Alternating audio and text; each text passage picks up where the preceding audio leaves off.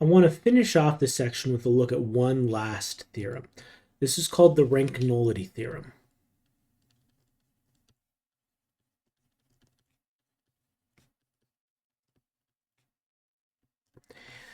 So suppose we have a matrix A with m rows and n columns.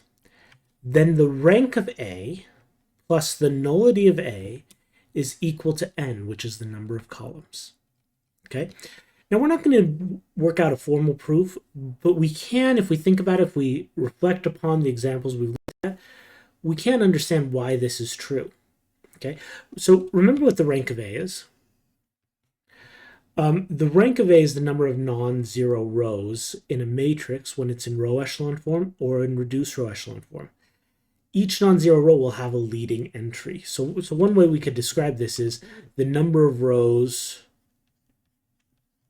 or the number of leading entries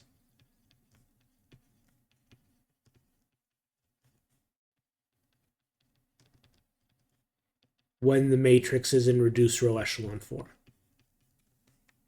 Okay, it is also, of course, the dimension of the column space of A and the dimension of the row space of A.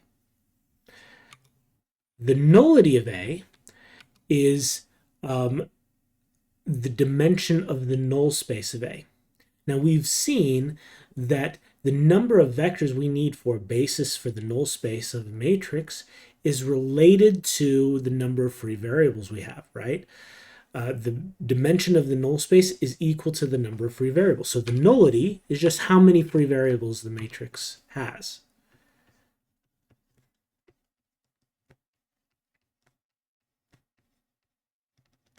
So the number of free variables in the system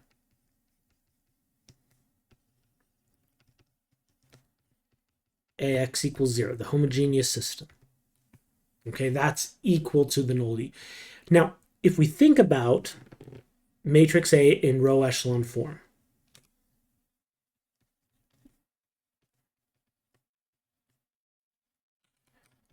so when matrix A is in reduced row echelon form, or I should say is transformed into reduced row echelon form, is transformed into reduced row echelon form, every column of A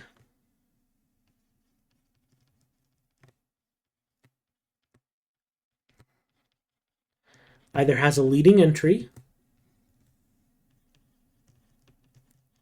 or corresponds to a free variable.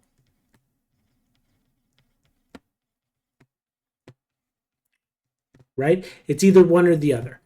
Once you're in reduced row echelon form, either the column has a leading entry, or if there's no leading entry, that's how you know that that column corresponds to a free variable.